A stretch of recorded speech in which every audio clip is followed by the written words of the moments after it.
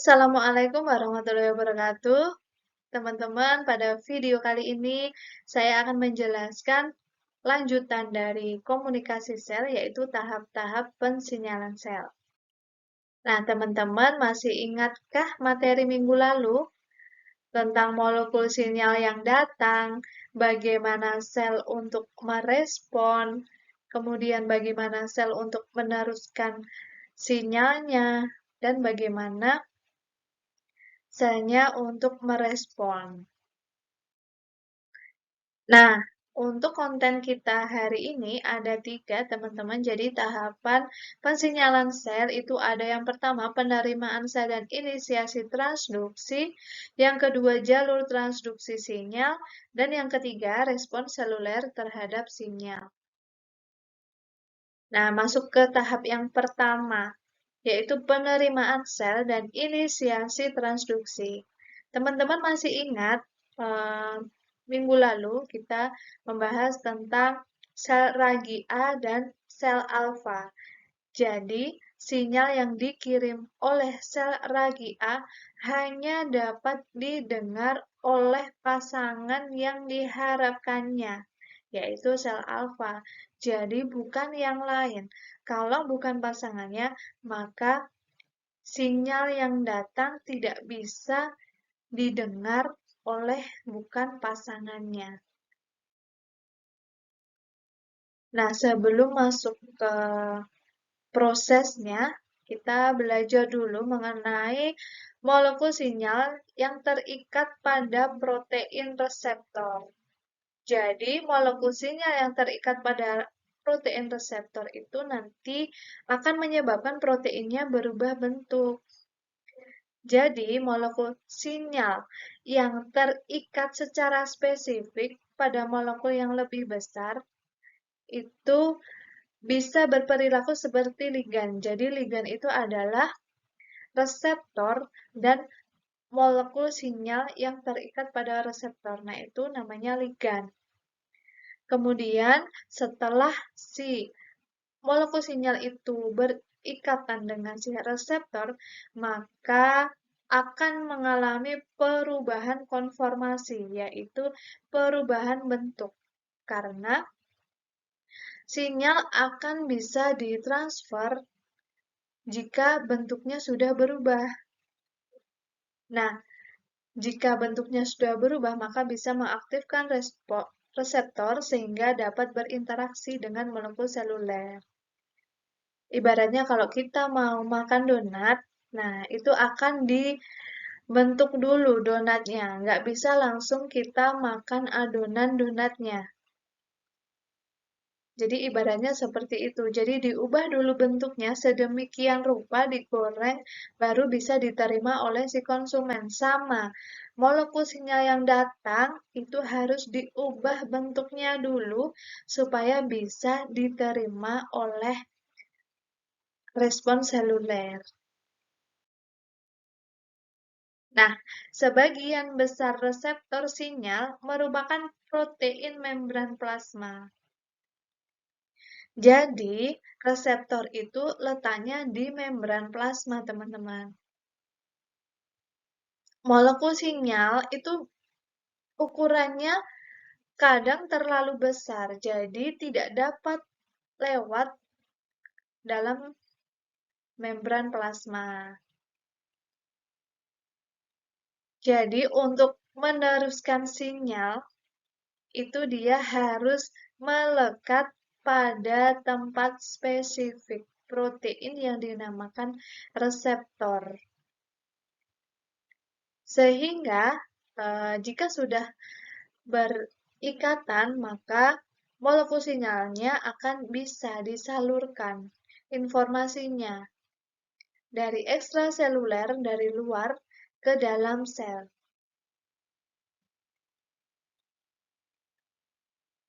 Dan jika sudah masuk dalam sel, maka akan bisa mengubah bentuk atau melakukan konformasi tadi, supaya bisa diterima. Nah, jadi teman-teman, reseptor itu tidak sembarangan. Jadi ada bermacam-macam tipe reseptor. Nah, ini ada 3, teman-teman.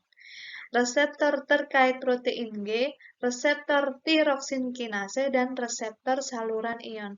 Jadi, dalam satu sel tidak hanya ada satu reseptor. Jadi, ada 3 tipe utama. Yang masing-masing reseptor itu memiliki pasangannya masing-masing yang tidak bisa ditukar.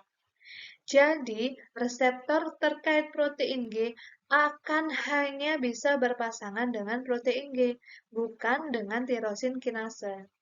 Sebaliknya, reseptor tiroksin kinase hanya bisa berpasangan dengan tiroksin kinase.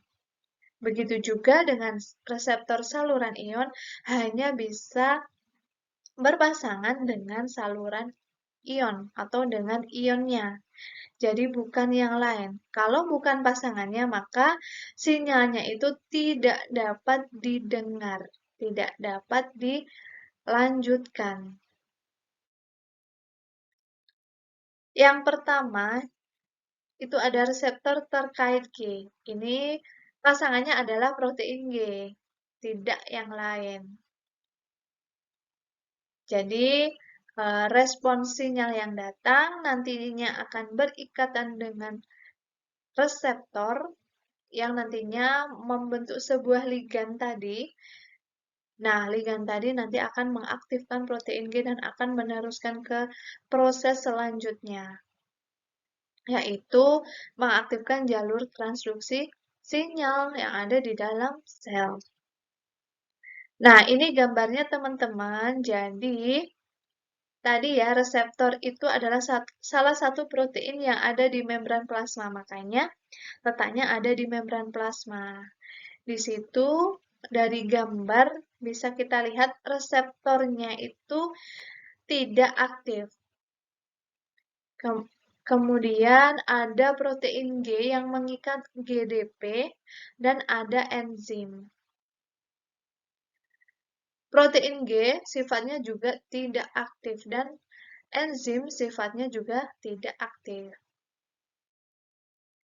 Kemudian ketika sinyal molekulnya datang yang berwarna merah, maka dia akan berikatan dengan si reseptor. Karena dia sudah berikatan, maka dia menjadi sebuah ligan. Nah, karena berikatan itu tadi, maka reseptor terkait protein G yang warna ungu itu akan aktif. Tandanya adalah menyala, warna kuning. Nah, setelah reseptornya aktif, maka protein G yang awalnya tidak aktif akan mendekat dan mengikatkan diri kepada reseptor yang aktif itu tadi. Nah, karena menempel, mengikat, terikat, maka protein G yang tidak aktif tadi akan menjadi aktif. Dan setelah dia aktif, maka dia akan melepaskan molekul GDP dan menggantikannya menjadi molekul GTP. Jadi molekul GDP-nya dilepas dan molekul GTP-nya diikat.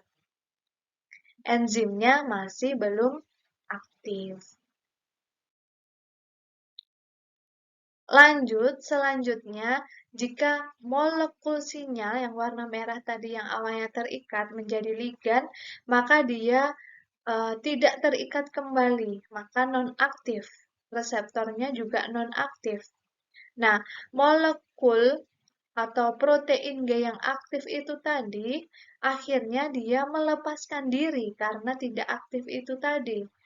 Melepaskan diri dan membawa sinyal. Tandanya menyala ya. Jadi membawa sinyal menuju ke enzim dan terikat satu sama lain. Akhirnya enzim tadi menjadi aktif karena terikat. Tandanya adalah menyala warna kuning. Nah, enzim yang aktif itu nanti akan melanjutkan, meneruskan sinyalnya untuk direspon oleh seluler.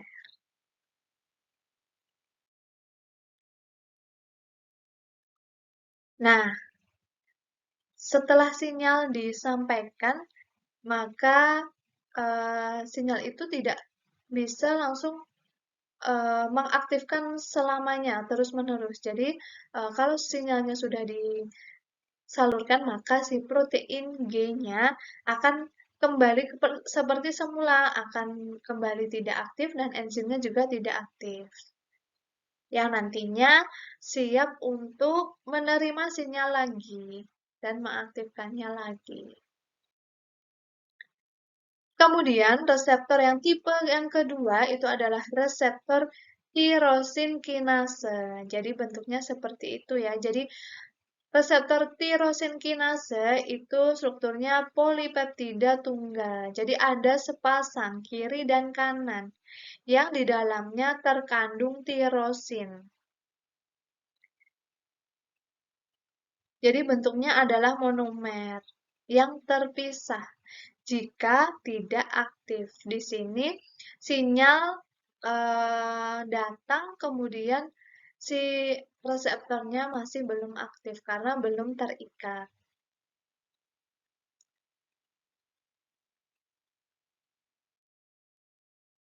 Nah, setelah molekul sinyal datang dan terikat dengan reseptornya akan menjadi ligan, maka si reseptornya akan aktif. Nah, reseptor yang aktif itu yang jumlahnya sepasang akan saling mengumpul. Yang awalnya bentuknya monomer, kemudian mengumpul menjadi dimer.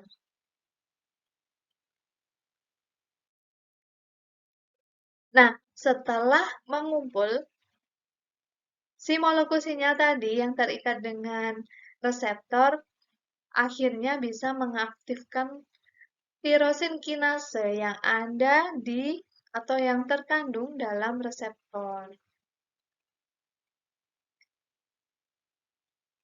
Nah, kemudian dengan menggunakan ATP, maka setiap polipeptida bisa memfosforilasi tirosin pada polipeptida lain. Jadi, bisa bertindak seperti enzim dan substratnya, mengubah ATP menjadi ADP. Nah, setelah tirosin yang terfosforilasi, maka akan mengaktifkan protein intraseluler yang spesifik, yaitu protein pasangannya, protein pasangan tirosin kinase. Protein yang pasangannya dengan tirosin kinase awalnya yang tidak aktif, maka melihat reseptornya itu aktif, maka dia mendekat dan melekatkan diri akhirnya menjadi aktif. Nah, protein spesifik yang aktif ini nanti akan melanjutkan sinyalnya untuk ke respon seluler. Kemudian yang ketiga itu reseptor terkait saluran ion. Jadi teman-teman yang membawa sinyal, molekul sinyal itu tidak hanya molekul sinyal berukuran besar, tapi juga bisa ion-ion. Jadi reseptor saluran ion bergerbang ligan. Jadi bentuknya seperti apel ya, bulat. Yang tengahnya itu ada salurannya yang tertutup. Sebelah kiri gambarnya yaitu get close. Jadi dia salurannya tertutup ketika molekul sinyal tidak berikatan dengan si reseptor. Nah, setelah berikatan, maka salurannya akan terbuka dan ion-ion yang ada di luar sel maka akan masuk secara bebas melalui saluran itu tadi bisa masuk. Nah, setelah masuk di dalam maka akan bisa direspon selulernya. Nah, ini reseptor intraseluler. Jadi teman-teman, ada molekul yang tidak bisa menembus membran plasma dan ada molekul sinyal yang berukuran kecil yang dapat menembus membran plasma tanpa adanya reseptor. Jadi, contohnya adalah hormon. Hormon karena berukuran kecil bisa menembus membran plasma yang masuk sel, kemudian di dalam sel baru bisa berikatan dengan protein reseptor yang akhirnya akan mengaktifkan dan meneruskan sinyalnya menuju nukleus yang nantinya akan bisa mengendalikan karakteristik seks laki-laki. Nah, itu tadi adalah tahap awal, tahap yang pertama. Kemudian yang kedua itu tahapnya yaitu jalur transduksi sinyal. Di sini nanti langkahnya ada beberapa langkah. Ibarat donat tadi, kita membentuk adonan menjadi bentuk donat sedemikian rupa itu tahapannya di sini.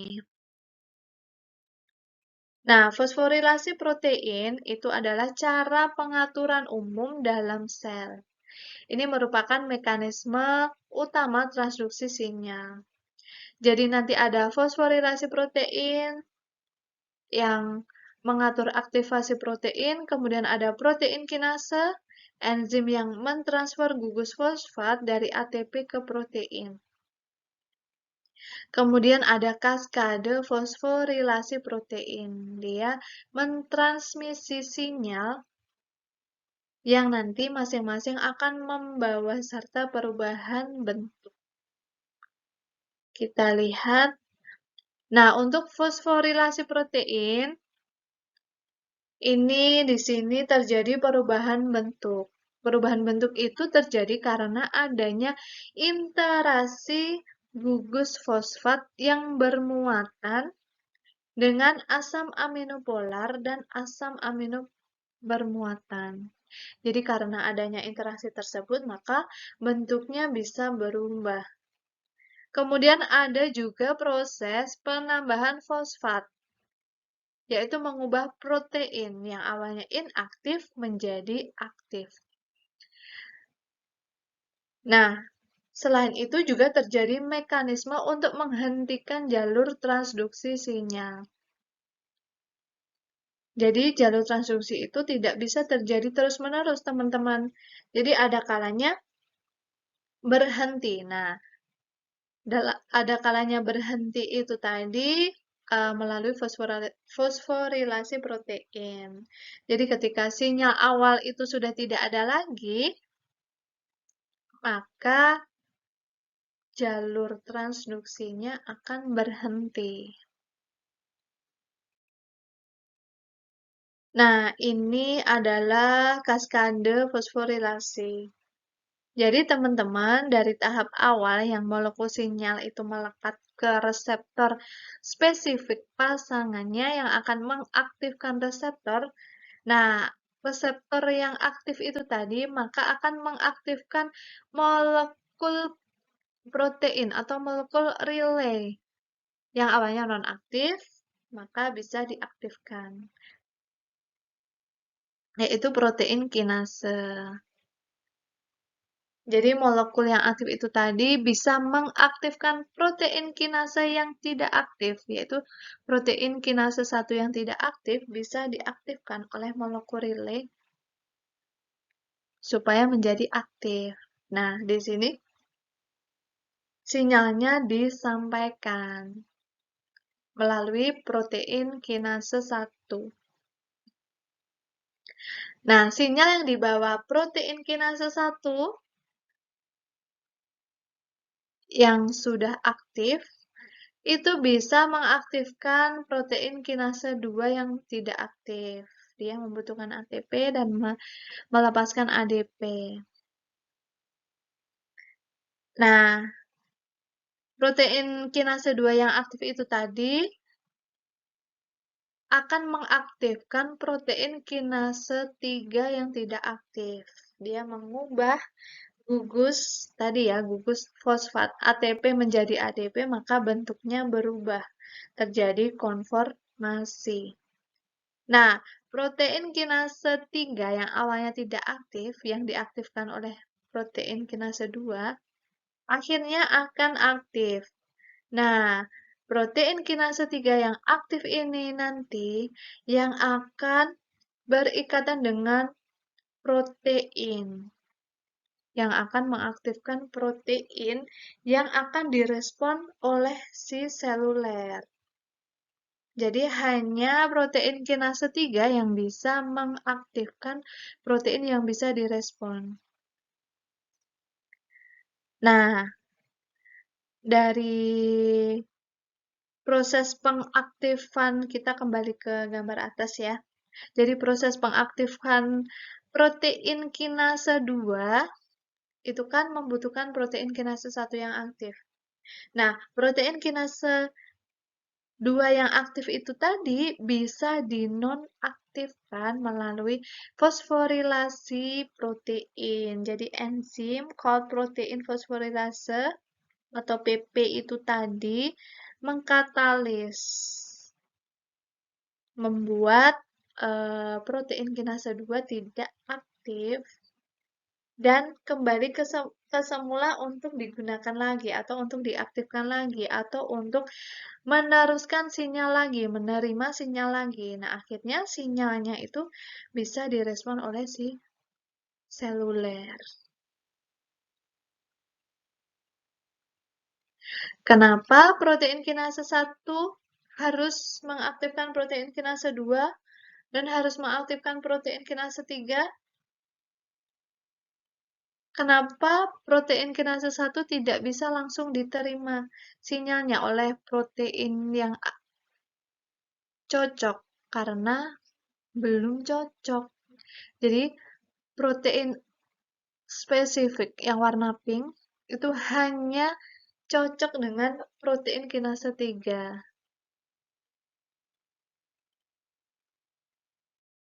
Lanjut, untuk fosforilasi protein. Untuk protein fosfatase, itu adalah enzim yang mengeluarkan gugus fosfat dari protein. Nah, ini untuk menjadi tidak aktif ya. Jadi, aktivitas protein itu bergantung pada keseimbangan antara molekul kinase aktif dan fosfatase aktif di dalam sel. Jika molekul sinyal ekstraselulernya tidak ada, maka fosfatase aktif akan lebih banyak, sehingga berhenti. Kembali ke lanjut ke molekul kecil dan ion kecil tertentu merupakan komponen utama jalur pensinyalan atau bisa disebut dengan second messenger. Jadi teman-teman, molekul sinyal itu diteruskan, kemudian nanti molekul sinyal yang terikat dengan reseptor itu namanya messenger pertama atau pesan pertama, sinyal pertama.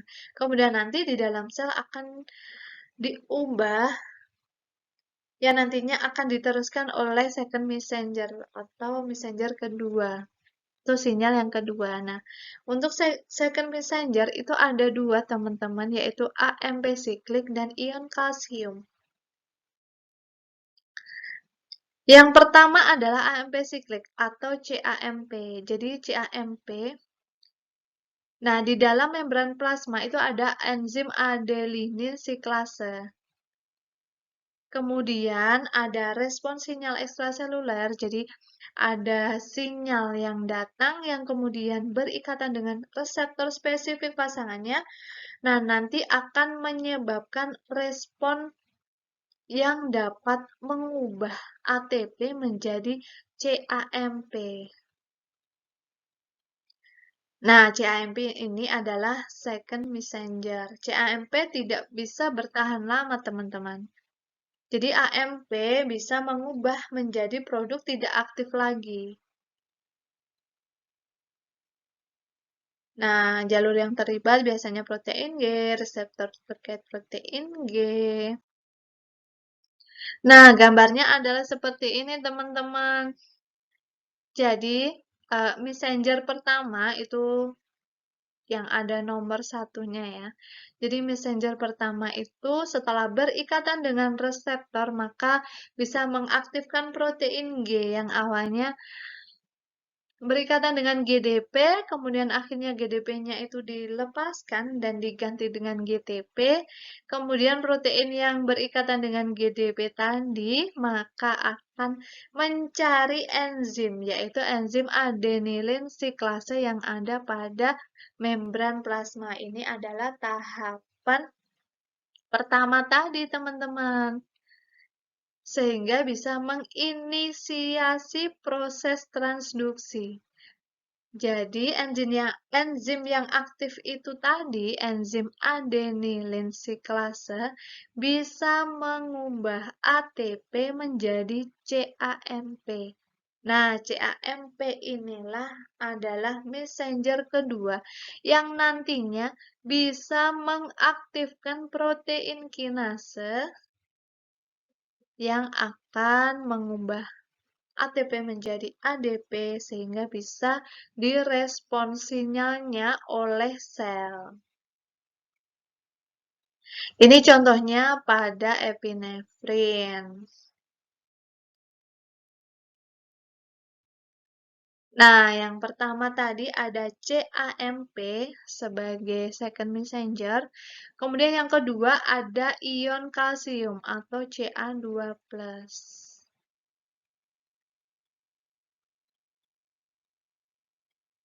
Ini biasanya terjadi respon sel hewan itu contohnya kontraksi sel otot, sekresi bahan tertentu, maupun pembelahan sel. Nah, untuk respon sel tumbuhan ini mengatasi kedinginan dan kekeringan. Biasanya dengan cara melepaskan ion Ca2+ atau menahan ion Ca2+ untuk tidak dilepaskan. Ini untuk keadaan tertentu. Tapi pada umumnya, jalur protein G dan reseptor tirosin kinase itu lebih banyak dari CAMP, bukan dari Ca2+.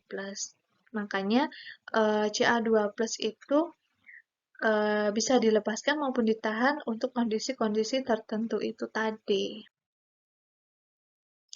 Nah, gambarnya seperti ini, teman-teman. Untuk awal inisiasi transduksi tetap sama ya, jadi molekusinya yang datang, kemudian berinteraksi dengan protein G, reseptor atau reseptor protein G, yang kemudian bisa mengaktifkan protein G, kemudian protein G yang aktif nanti, nah ini bisa memecah PIP2,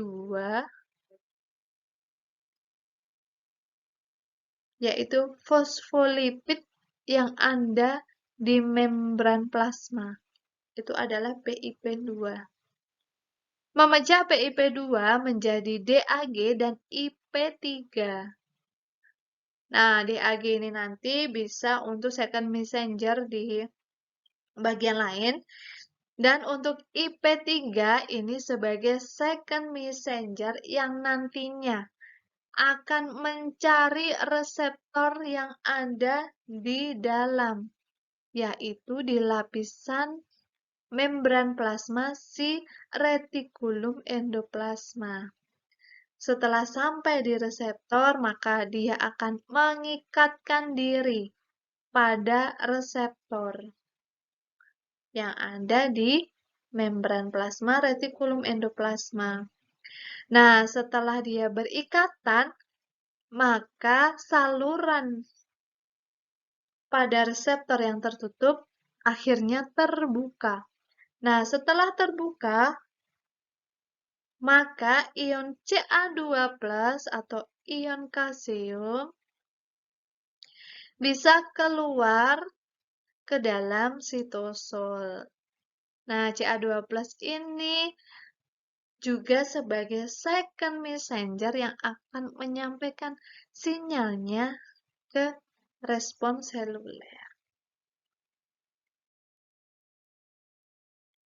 Nah, setelah terjadi perubahan bentuk ini tadi ya, teman-teman, maka tahap yang terakhir adalah respon seluler terhadap sinyal.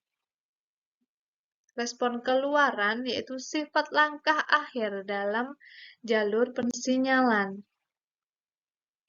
Sel dapat mengatur aktivitas dalam sitoplasma atau transkripsi dalam nukleus. Contohnya pada DNA. Jadi aktivitas itu terjadi secara teratur di dalam sitoplasma. Sinyal-sinyal yang datang hanya bisa didengar oleh pasangan-pasangannya. Contohnya ini terjadi pada penyusunan ulang sitoskeleton, pembukaan dan penutupan saluran ion dalam membran plasma. Kemudian ada respon sel hati terhadap hormon epinefrin. Kemudian pengaturan metabolisme energi seluler. Atau di langkah akhir yaitu mengaktifkan enzim yang mengkatalis pemecahan glikogen. Kita lanjut, nah ini. Jadi respon sitoplasmik terhadap sinyal, ini contohnya adalah rangsangan pemecahan glikogen oleh epinefrin. Jadi ini adalah tahapan transduksi yang berupa kalimat. Jadi bukan gambar tapi kalimat ya. Sejatinya sama ya. Jadi protein G yang inaktif maka akan diaktifkan, kemudian protein G yang aktif itu tadi bisa mengaktifkan enzim adenilin siklase yang tidak aktif, kemudian bisa mengubah ATP menjadi CAMP atau cyclic AMP yang sebagai messenger kedua tadi. Kemudian messenger kedua CAMP yang bisa mengaktifkan protein kinase A yang tidak aktif. Nah, protein kinase A yang aktif itu juga bisa mengaktifkan fosforilase kinase yang tidak aktif. Sampai pada glikogen fosforilase yang aktif. Nah, glikogen fosforilase yang aktif itu tadi bisa memecah glikogen menjadi glukosa 1-fosfat.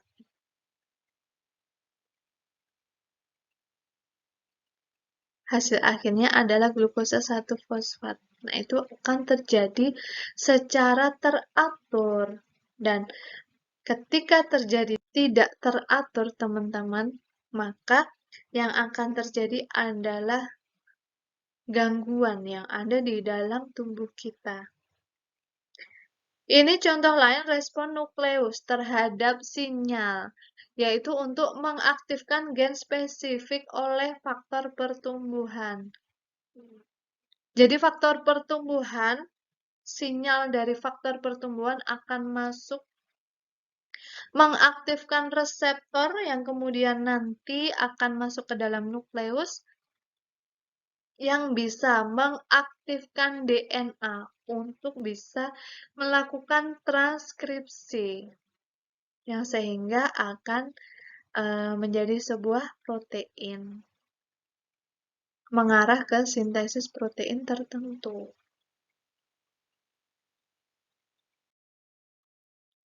Nah, mungkin ini teman-teman materi dari tahapan pensinyalan sel. Jadi tahapan pensinyalan sel itu ada 3 tadi ya teman-teman ya. Dan terjadi secara teratur. Kalaupun tidak terjadi secara teratur, maka akan menjadi suatu gangguan atau suatu kelainan. Maka teman-teman harus tetap menjaga kenormalan atau keteraturan yang ada di dalam sel-sel di dalam tubuh kita. Mungkin itu dari saya. Jika ada pertanyaan lebih lanjut atau ada yang kurang paham, bisa dilanjutkan di kolom komentar. Wassalamualaikum warahmatullahi wabarakatuh.